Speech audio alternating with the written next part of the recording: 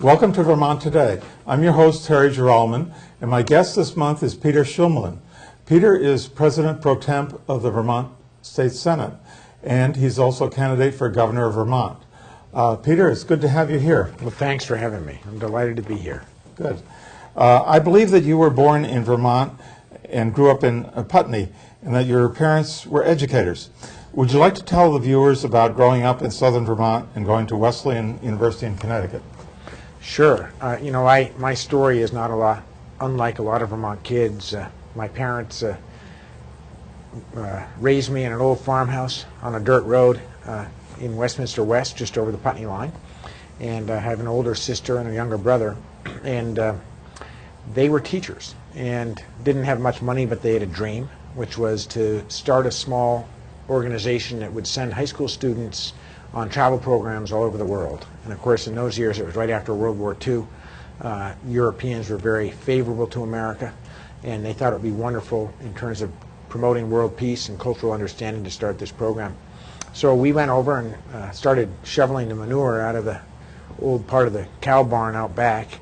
And for years, they operated a small business there. So my mom and dad worked most of the time, and they had one administrative assistant who, just by coincidence, for the first 20 years of the business, was a woman named Barbara Aiken Jones, whose father, George Aiken, was one of the best politicians Vermont's ever had. So I grew up there, was lucky enough to go away to Wesleyan, and when I finished school, I wanted nothing more than to come back to Vermont, to live here, to build a business and make a good living, raise my family, and I've been lucky enough to do that.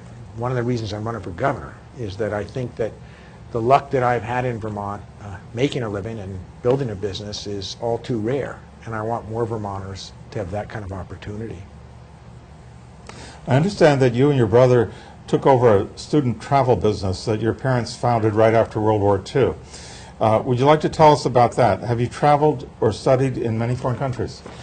As a result of my work, I've traveled extensively, and it's actually a great example of what can happen in a second-generation business. When my parents ran the organization, they were building it, so it was pretty small.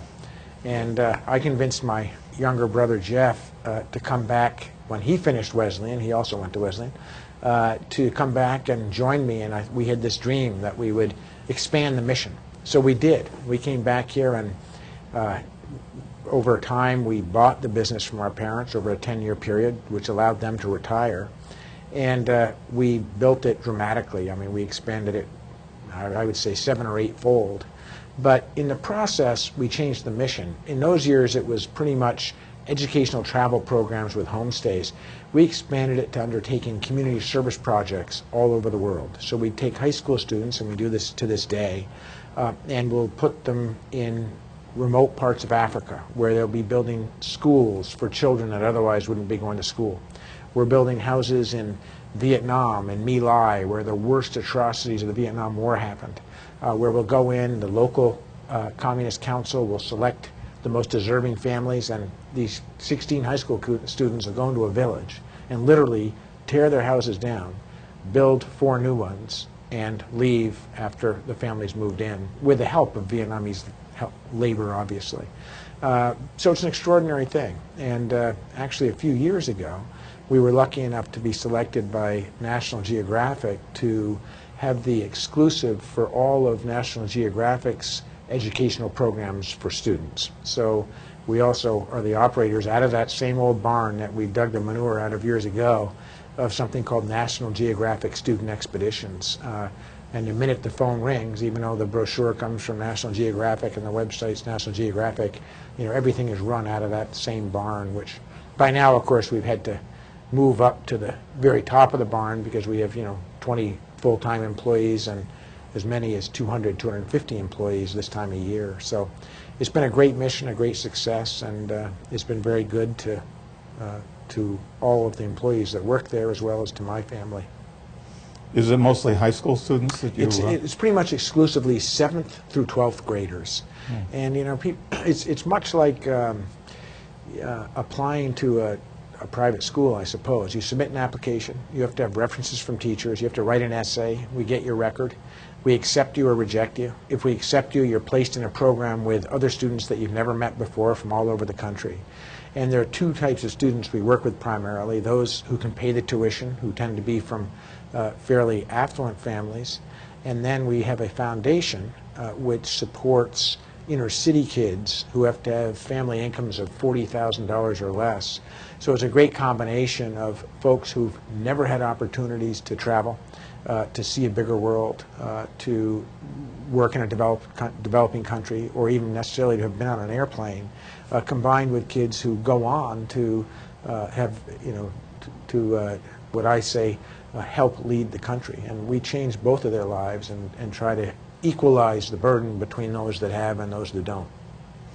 I got into student travel rather late when I was in law school, and my first experience was in 1983. I was studying in Paris, France, studying law in Paris during the summer, and they housed us at the University of Paris dormitories called Cité Universitaire. Yes, I know on the it. outskirts of the city. I know exactly where that is.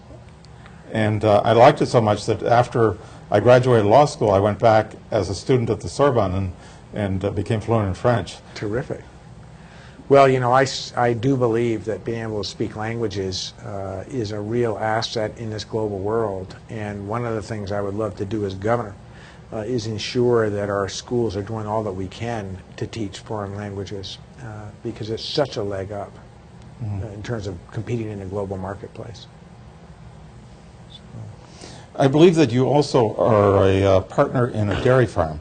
How did you happen to get into farming? Well, I tell it this way. I think I might be one of the few people left on this earth that works and plays on the very ground where I was born every single day, because since my offices, when I'm not doing legislative work, are in this barn, and it's part of a larger piece of land that has a dairy farm on it, I'm either working in the barn or outside picking rocks, spreading manure, cutting hay, cross-country skiing, cutting wood, running, or hunting on that land. And the way we got into it was, that's where I was born and raised. And the mother of my daughters is also a native of Putney. We both were born and raised there. And the farm next door to the land where I was born and raised and where I always helped out on the farm got into trouble several years ago, as many dairy farms are. And the sixth generation member of that family who was running the farm, great guy named Harold Rennie, when I was visiting the barn one day, said to me, we're selling the herd and we're selling the equipment, we're done. And of course, most Vermont farmers would never let someone outside of the family know about their finances, but I just said, Harold, I said, if you sell the herd and the equipment, like so many dairy farms in Vermont, you'll never farm again here.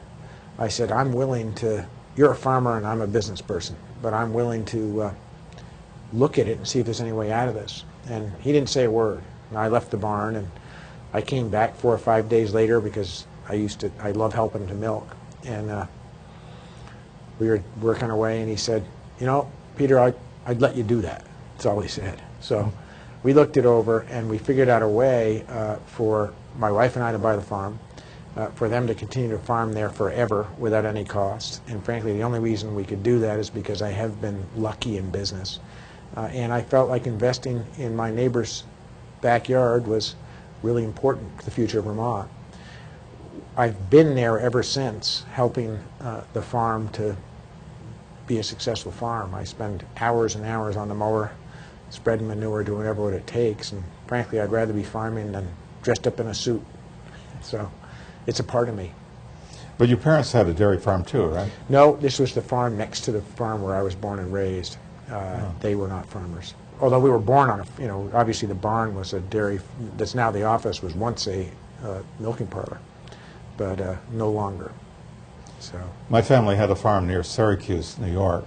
So when I was young in 5th and 6th grade, I used to spend the summers on their farm. But they only raised beans and sweet corn. Wow. Generations before, though, they had animals. Well, that experience has really formed my view of Vermont agriculture, and I know that this might be an unusual statement for someone who's running for governor to make, but I believe that Vermont's best agricultural days are ahead of us, not behind us. And I say that for two reasons. The first is that if you just look at what's happening with global climate change and what's going to happen to America, New England is going to have an abundance of precipitation, rain, in the form of ice and rain, unfortunately, in the wintertime, but we're going to have roughly 20% more, according to the Union of Concerned Scientists, than we have right now today in the next 10, 15 years. We're also going to have sustained periods of drought in the summer. However, if you look at what's happening in the rest of the country, the places where we right now grow our food in America, what we call the food belt, from California up through, is going to be extremely dry. And they're already having trouble with drought. And one thing I can tell you as someone who loves to farm is mighty tough to grow things without water.